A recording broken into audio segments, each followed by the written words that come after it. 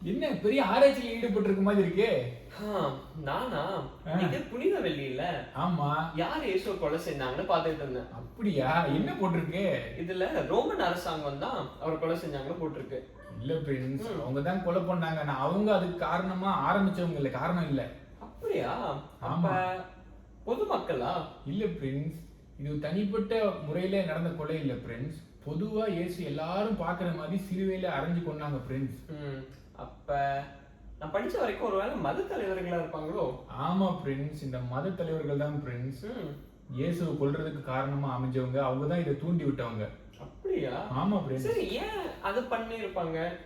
எல்லாம் ஒண்ணு சுயநலம் தான் பிரின்ஸ். ம், இயேசு ரொம்ப நல்லவர் இல்ல, அவரு கண்ணு தெரியாதவங்களுக்கு கண்ணு கொடுத்தாரு, மரித்தவங்களை உயிர் தெழுதாரு, ஏழைகளுக்கெல்லாம் நிறைய உதவி செஞ்சார்ல.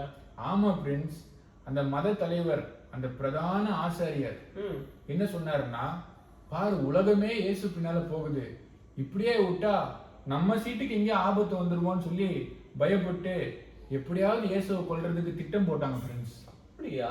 ஆமா பிரின்ஸ். ம், எதனால? ஆமா பிரின்ஸ், அவங்க யாருக்கு எப்படி கொலை அதை அச்சீவ் பண்ணாங்கன்னு தானே கேக்குற. ஆமா.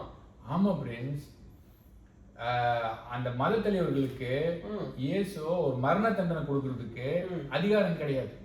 ம், அதனால்தான் ரோம அரசாங்கத்தை தேடி போனாங்க. ம். அவங்க தான் அந்த சமயத்துல அங்க ஆட்சி பண்ணிட்டு இருந்தாங்க. ஆமா ஆமா, நானும் படிச்சேன். பிலாத்துன்னு அவர் தானே அந்த மரண தண்டனையை கொடுத்தாரு. அப்ப அங்க ஆட்சி பண்ணிட்டு இருந்த கவர்னர் பேர் தான் பிலாத்து பிரின்ஸ். ம், அவர் இயேசு உட்கார வச்சு விசாரணை பண்ணாரு, முறையா விசாரணை பண்ணாரு பிரின்ஸ். ஆமா, விசாரணை கண்டிப்பா இருக்கிறது ரொம்ப அவசியம். ஆமா அந்த பிரின்ஸ். விசாரணையில அவர் என்ன கேட்டாரு, என்ன தெரிய வந்துச்சு? ஆமா, நிறைய கேட்டாரு பிரின்ஸ். அதுல ஒண்ணு என்னன்னா, நீ ராஜாவா அப்படின்னு கேட்டாரு பிரின்ஸ். ம், அதற்கு இயேசு என்ன தெரியுமா பதில் சொன்னாரு? ம், நீங்க என்ன சொன்னாரு? சொல்றபடிதான் நான் ராஜா. ம், நீ யூதருக்கு மட்டும் ராஜா இல்ல, நான் எல்லாருக்கும் ராஜா. ம், என்னுடைய ராஜ்யம் மேல இருந்து வருது, ம், பரலோகத்திலிருந்து வருது அப்படின்னு சொல்லிட்டு உண்மை எதுன்னு சொல்றதுக்காக தான் நான் வந்தேன், சத்தியத்தை குறித்து சாட்சி கொடுக்க வந்தேன் ம், அப்படின்னு சொல்லி சொன்னார் பிரின்ஸ். ம். அப்ப இந்த பிலாத்து அதை நம்பினாரா? என்ன கேள்வி கேட்டாரு? பிலாத்துக்கு அது பதில் என்ன கேட்டார்னா, சத்தியம் என்றால் என்ன அப்படின்னு சொல்லி கேட்டார் பிரின்ஸ். இது ரொம்ப நல்ல கேள்வியாச்சே. எல்லாரும் கேட்க வேண்டிய முக்கியமான கேள்வி இதுதான் பிரின்ஸ். ம், சத்தியத்தை தெரிஞ்சுக்கணும், சத்தியம்னா என்ன, உண்மைனா என்ன அப்படின்னு தெரிஞ்சுக்கணும் பிரின்ஸ். ஆமா. ஆனா அந்த பிளாத் என்ன தெரியுமா பண்ணாரு?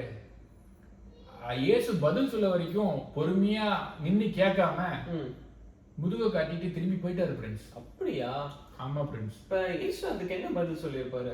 இயேசு என்ன சொல்லியிருப்பாருன்னா, நானே வழியும் சத்தியம் ஜீவனுமா இருக்கேன்னு சொல்லி தன்னை காட்டியிருப்பாரு பிரின்ஸ். ம், ஏன்னா முன்னே அதுதான் சொன்னார் இயேசு.